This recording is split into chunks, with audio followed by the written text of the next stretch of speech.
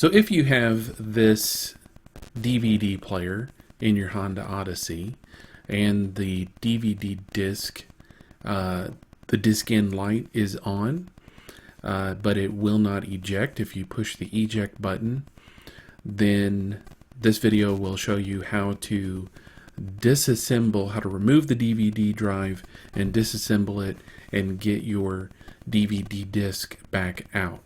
And then after that, the DVD drive may start working. In my case, it did not. It continued to have the disc in light on, but others have had success with it working again. So you can give it a try. But at the very least, you can get your DVD out of the drive and then know not to use it again. And at the end, I would, what I did to test it was just try to put in a disc that I didn't care about, and it wouldn't even go in at all. So the drive is just defective. But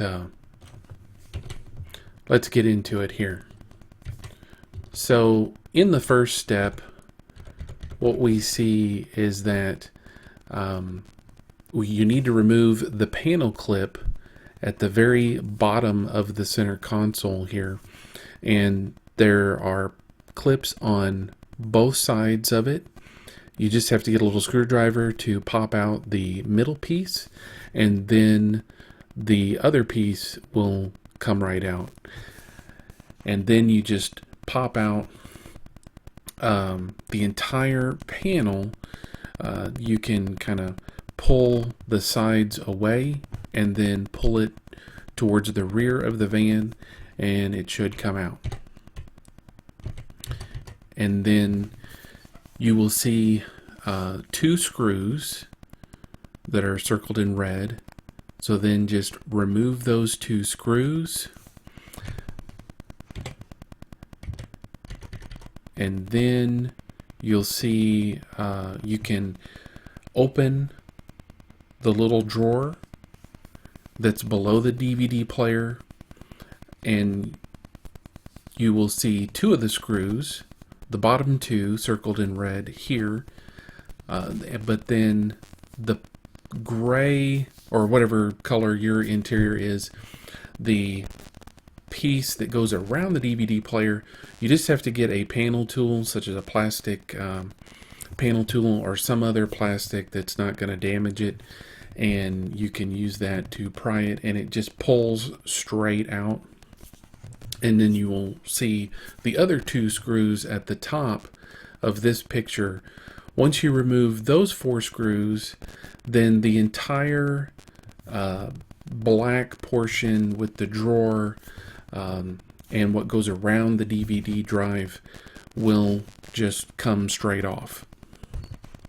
And then you'll just be able to see these two screws that hold the DVD drive in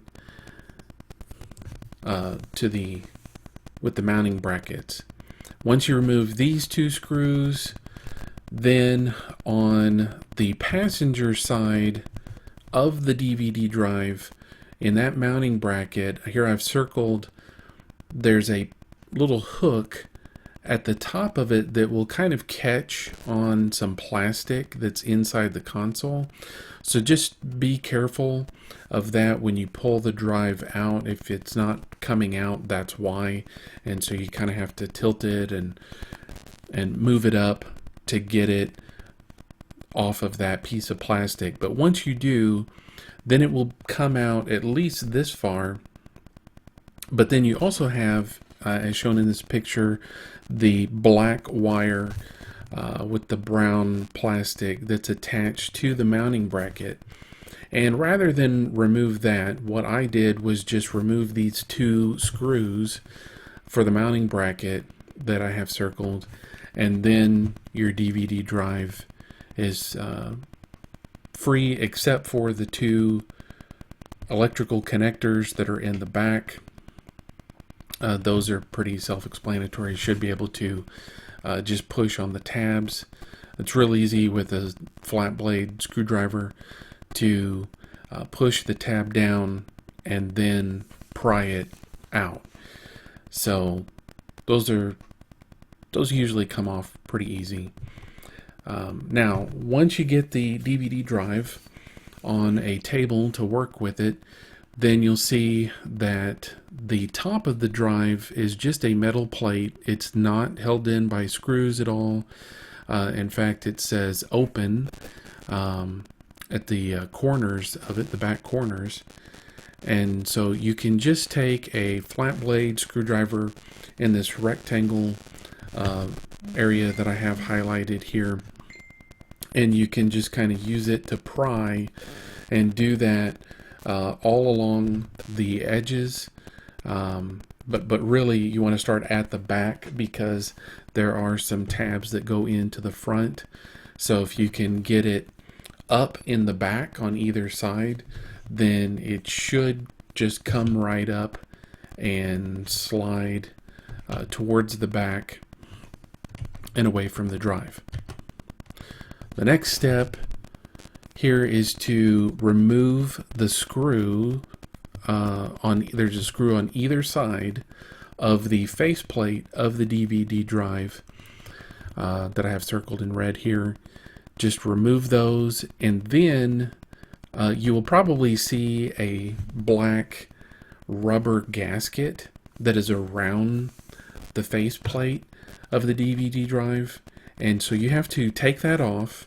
And in my case, there was old adhesive, and so then you want to remove that adhesive as well, and then you will be able to see the notches here in the faceplate, and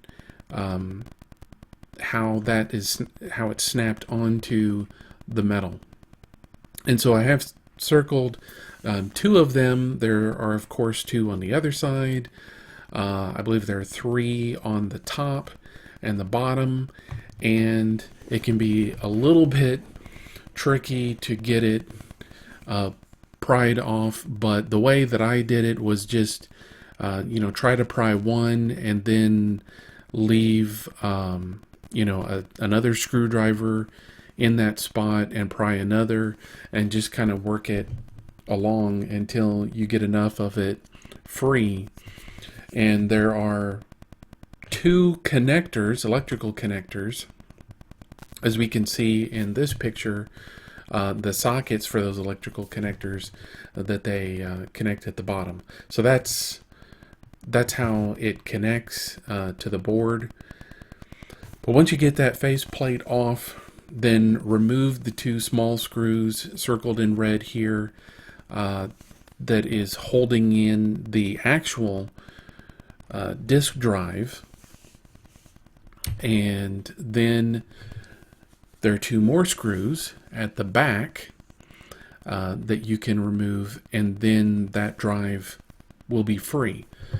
Now, you'll notice that there's one screw missing here in the upper left, and that's because I started to take off this metal plate on the drive itself, thinking that I could get access that way, but turns out I couldn't, because it's actually on the other side of what we need to access.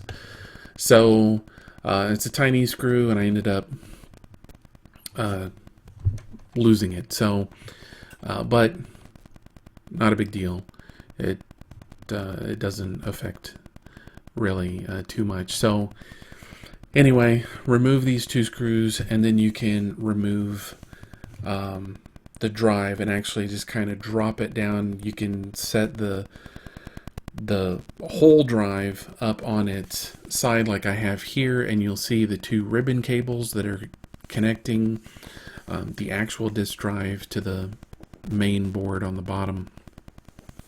So you definitely do need to remove the ribbon cables on one side or the other so that it can be free. And the way to do that, here I have step one. I removed it from the main board, and if you're not familiar with these kinds of ribbon cables, there's just a plastic that is on the side of the cable of the connector, and if you just use a little screwdriver or better yet, some piece of plastic. It's always good when you're working near circuit boards so that they don't get inadvertently scratched up. But if the little connector at the front, or a little piece of plastic on the side of the cable, it just pops out a little bit. And then once that pops out towards the cable, then the cable will be completely free to pull out. And to put it back, you just slide the ribbon back in and then push that plastic back in to the connector, and that locks it in place.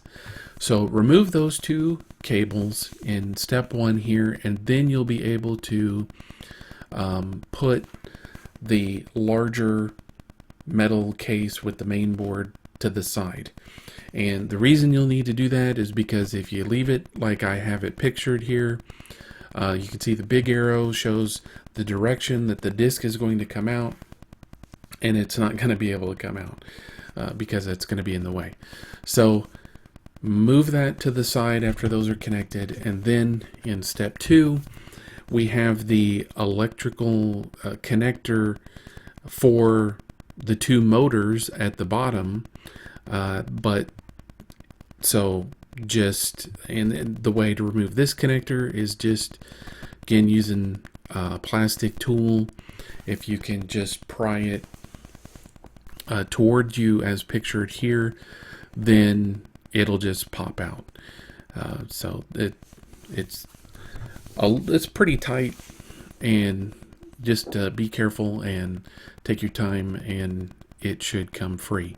And the reason to disconnect that is just that in step 3, we're going to apply some voltage directly to the motor, and we don't want that going back into the circuit board. May be fine, but this is just a precaution I thought was good. In hindsight, knowing that the drive is worthless anyway, doesn't matter. But in case it will work, then I think it's a good idea.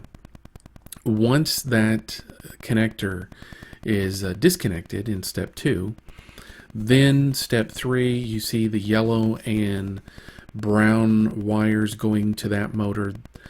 That is the motor that controls the ejection of the disc, and you can't really see it in this photo, but there is some solder that's visible where those 2 wires connect and to the motor. And so what you want to do is just apply 12 volts to this motor, and then it will start to turn the gears and eject the disc. And I don't know which one is positive, which one is negative. But if it doesn't work one way, just swap it around and do it the other. And what I found to be the easiest to apply this voltage to the motor is I have a 12 volt booster battery. So it's obviously 12 volts here, and I have the clamps connected to just some alligator clip wires that I have for connecting various things. And so I have it clamped to that, and then I have the alligator clip connected to a T-pin. And the T-pin made it pretty easy to be able to touch the contacts for the motor without touching something else that would be unintended. So there's lots of ways that you could do this. You don't have to use the jump pack. You could use some other 12 volt battery, or some other power adapter that's putting out 12 volts. It may work with less voltage. I just assumed that it would be 12 volts. And 12 volts worked fine. So it may work at 6. So you can, start low and go up from there. But 12 volts definitely worked, and if you can get just any kind of wire in there onto the contacts, then the motor should start to turn and eject the disc. So obviously installation is just the reverse of everything we did, and hopefully that works for you.